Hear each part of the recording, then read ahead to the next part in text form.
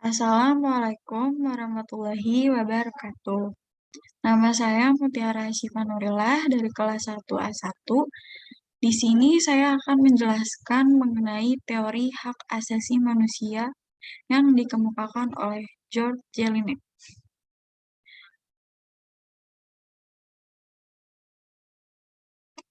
Sebelum memasuki teori, kita perlu tahu apa sih hak asasi manusia itu.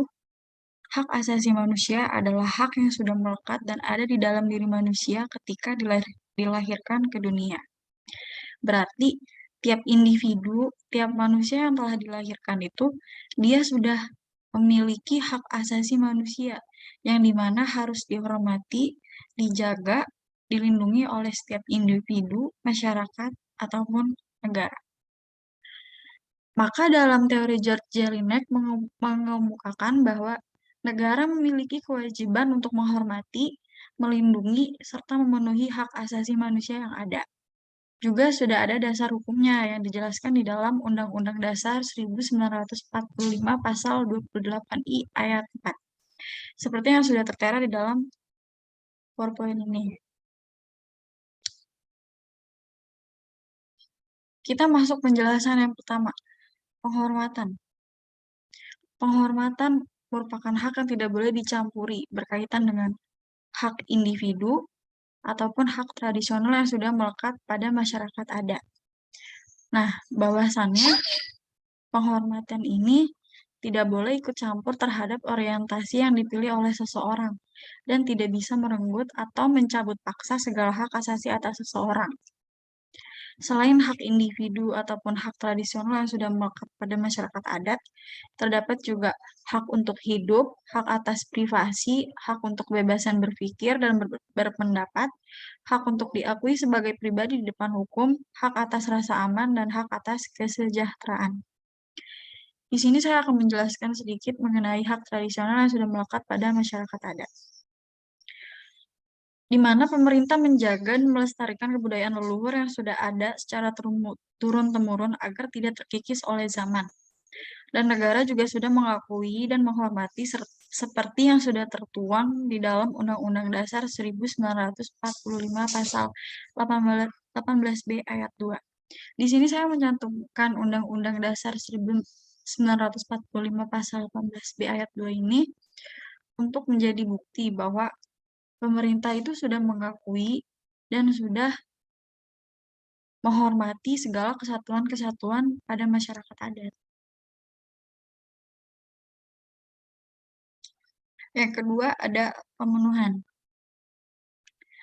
Pemerintah wajib memenuhi hak ekonomi, sosial, dan budaya. Dari penjelasan ini, pemerintah harus berperan penting untuk memperhatikan kesenjangan ekonomi di suatu daerah, meliputi hak pendidikan, yang kedua ada hak mendapat pelayanan kesehatan, lalu ada hak mendapat kehidupan yang layak. Jika ini sudah diperhatikan, maka berefek pada perkembangan sosial ekonomi dan budaya pada masyarakat tersebut. Lalu, penjelasan yang terakhir adalah perlindungan, di mana pemerintah ini memberikan perlindungan kepada setiap manusia, agar hak asasi manusia mereka ini tidak direnggut secara paksa ataupun tidak dilanggar secara paksa. Nah, setelah dilakukan penghormatan pemenuhan, hal terpenting adalah memberikan perlindungan agar hak asasi manusia yang telah didapatkan seseorang sejak lahir tidak diambil secara paksa. Perlunya setiap negara untuk melindungi hak asasi manusia setiap rakyatnya. Perlindungan terhadap warga negara tak cukup hanya melalui mekanisme perlindungan secara tertulis saja, tetapi melalui langkah-langkah nyata untuk menjamin kehidupan dan hak-hak dasar mereka sebagai manusia, khususnya perlindungan terhadap kelompok yang tertindas. Maka di sini saya mencantumkan perlindungan terhadap kelompok yang tertindas karena berhubungan dengan kasus yang akan saya bahas. Sebelum saya membahas ke dalam kasus, saya akan menjelaskan terlebih dahulu apa sih korelasinya perampasan tanah dengan pelanggaran HAM. Karena pelanggaran HAM itu merupakan pelanggaran hak, sama artinya dengan merampas hak atas kepemilikan tanah atau lahan untuk tempat tinggal masyarakat. Bahkan untuk melangsungkan hidup mereka dari pertanian dan perkebunan, apalagi merampas tanah tersebut dengan cara melakukan diskriminasi dan kekerasan terhadap masyarakat melalui aparat atau penegak hukum. Nah, seperti yang sudah saya jelaskan sebelumnya, saya menghubungkan teori George Jelinek ini dengan kasus perampasan tanah masyarakat adat Besipae, Nusa Tenggara Timur, yang tanah mereka ini dirampas oleh pemerintah. Makanya sebelumnya saya menjelaskan apa sih korelasinya, bagaimana korelasinya ini. Nah, lalu saya akan menjelaskan sedikit mengenai garis besar perampasan tanah masyarakat adat Besipae yang dirampas oleh pemerintah. Garis besarnya, masyarakat adat Besipae di Timur Tengah Selatan, Nusa Tenggara Timur, mengalami perampasan hak atas tanahnya yang digusir membuat mereka kehilangan tempat tinggal. Imbas dari pengerusakan yang dilakukan oleh aparat, sebanyak 29 kepala keluarga ini terpaksa tinggal di alam terbuka. Konflik ini bermula pada tahun 1982, ketika pemerintah dan negara Australia bekerja sama dalam peternakan dan penggemukan sapi dengan meminjam lahan masyarakat adat. Setelah kontrak selesai, pengelolaan lahan itu semestinya harus dikembalikan ke masyarakat. Namun, membuat keengganan masyarakat adat Besipae untuk menyetujui tawaran perpanjangan izin pinjam pakai lahan di kawasan hutan tersebut. Nah, seperti garis besar yang sudah saya jelaskan, bahwa pemerintah ini awalnya memiliki program bersama Australia untuk melakukan program penggemukan sapi dengan meminjam lahan masyarakat adat Besipae. Tapi setelah berjalannya 5 tahun program ini tuh tidak ada kemajuan atau tidak ada progres yang lebih baik. Jadinya Dinas Kehutanan mengambil alih tanah tersebut. Nah, beranggapan bahwa tanah tersebut itu milik pemerintah. Padahal tanah tersebut itu adalah tanah asli masyarakat adat yang diturunkan secara turun-temurun. Nah, kasus tersebut ini ada hubungan dengan teori George Jelinek yang meliputi pemenuhan, perlindungan, dan penghormatan hak asasi manusia. Saya akan menjelaskan apa sih hubungannya teori George Jelinek dengan kasus ini. Yang pertama, program gerakan rehabilitas hutan mengabaikan hak masyarakat adat seperti yang sudah tertuang dalam Undang-Undang Dasar 1945 Pasal 18B Ayat 2, yang dimana negara sudah mengakui dan menghormati segala ketentuan-ketentuan terhadap masyarakat adat. Tetapi dalam kasus tersebut, pemerintah ini tidak menghormati hak masyarakat adat dengan melakukan perampasan tanah dan pembabatan hutan pubabu. Hutan pubabu ini adalah nama hutan yang dimana lahan mereka ini dirampas. Nah, bagi masyarakat adat, kehilangan hutan pubabu berarti hilangnya jati diri, budaya luhur, dan hilangnya nilai-nilai spiritual yang selama ini menghubungkan mereka dengan Tuhan dan leluhur. Nah, ini sudah jelas bahwa pemerintah tidak menghormati hak masyarakat adat Besipae. Yang kedua, tidak menghormati atas privasi, karena saat aparat melakukan pengusiran, para aparat menerobos paksa setiap rumah masyarakat agar meninggalkan rumah mereka.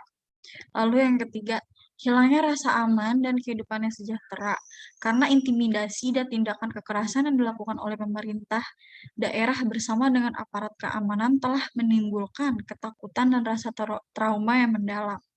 Hal ini dirasakan lebih berat bagi perempuan dan anak-anak. termasuk juga tindakan pelecehan seksual yang dialami oleh perempuan saat terjadi bentrokan. Mereka juga terpaksa hidup di alam terbuka ketika terjadinya perampasan tanah. Seperti gambar yang sudah ada di dalam PowerPoint ini sudah menjelaskan dan sudah ada buktinya bahwa mereka ini tinggal di alam terbuka. Lalu yang keempat, perampasan tanah yang dilakukan pemerintah berefek pada hilangnya sumber pangan dan mata pencaharian masyarakat adat. Pemerintah dinilai tidak memenuhi hak ekonomi mengenai kesejahteraan masyarakat untuk memenuhi kebutuhan hidup, maka pemerintah juga harus mengoptimalkan pelaksanaan yang sudah termaktub di dalam pasal 33 ayat 3 Undang-Undang Dasar 1945 yang berbunyi bahwa bumi dan air serta kekayaan alam yang terkandung di dalamnya dikuasai negara dan dipergunakan sebesar-besarnya untuk kemakmuran rakyat. Nah, dengan adanya perampasan tanah ini, masyarakat adat Besipaya ini mereka menjadi susah untuk mencari pangan dan susah untuk mencari mata pencaharian mereka karena bila lahannya diambil mereka mau cari kerjaan di mana lagi karena di sana itu hampir 90%-nya mereka adalah berprofesi petani. Nah, seperti yang sudah tertuang di dalam Undang-Undang Dasar 1945, pasal 33 ayat 3 yang sudah saya bunyikan tadi, yang sudah saya sebutkan tadi, isinya seperti apa? Bahwasannya tanah adat tersebut seharusnya menjadi komoditi masyarakat agar bisa dipergunakan untuk kehidupan mereka. Lalu yang kelima, pemerintah daerah telah melakukan tindakan perusakan lingkungan yang berdampak pada krisis air dan kekeringan hingga hilangnya hak masyarakat atas air bersih. Di sini pemerintah tidak melakukan pemenuhan. Mengapa tidak melakukan pemenuhan?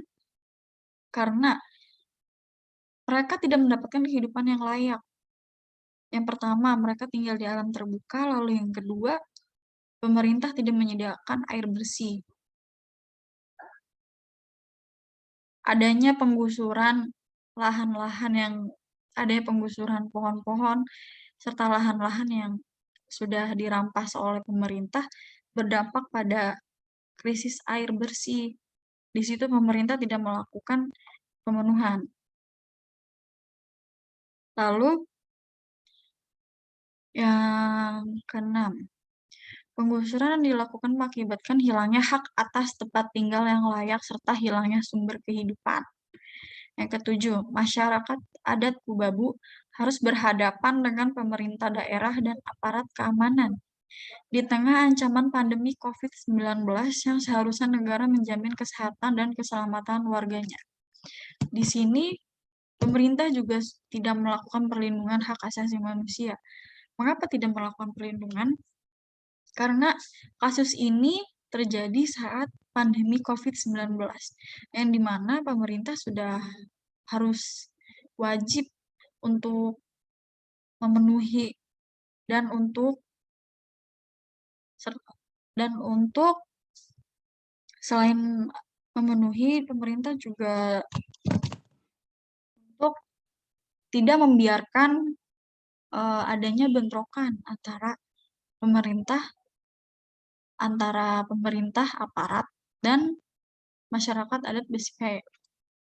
Lalu yang terakhir, tidak terdapat bentuk perlindungan dari pemerintah saat terjadinya bentrok masyarakat adat dengan aparat, termasuk dalam melindungi tanah adat masyarakat, di mana hak-hak mereka sebagai warga negara harus dilindungi oleh pemerintah, dan pemerintah tidak boleh mengabaikan dampaknya dan perampasan tanah tersebut seperti membiarkan mereka tinggal di alam terbuka.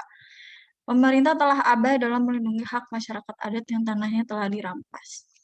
Nah, teori yang dikemukakan oleh George Jelinek ini sangat berhubungan dengan kasus di sini, di mana pemerintah tidak memenuhi dan tidak melindungi serta tidak melakukan penghormatan kepada hak-hak masyarakat adat Besipaya. Sehingga hak-hak mereka ini telah terlanggar dan pemerintahlah yang melakukan pelanggaran tersebut. Nah, setelah pemerintah melakukan pelanggaran tersebut, mereka telah abai terhadap masyarakat adat Besipai ini.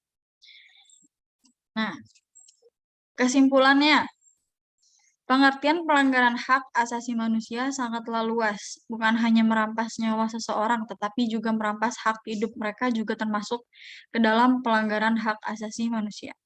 Merampas hak mereka sama saja merampas hidup mereka. Masyarakat adat Besipaye telah dirampas haknya untuk menguasai tanahnya sendiri.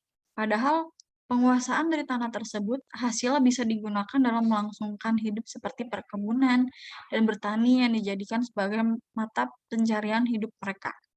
Dan pemerintah seharusnya memberikan dan memperhatikan serta melindungi, bukan malah merampas hak-hak mereka sebagai warga negara, apalagi melakukan kekerasan serta diskriminasi melalui aparat negara.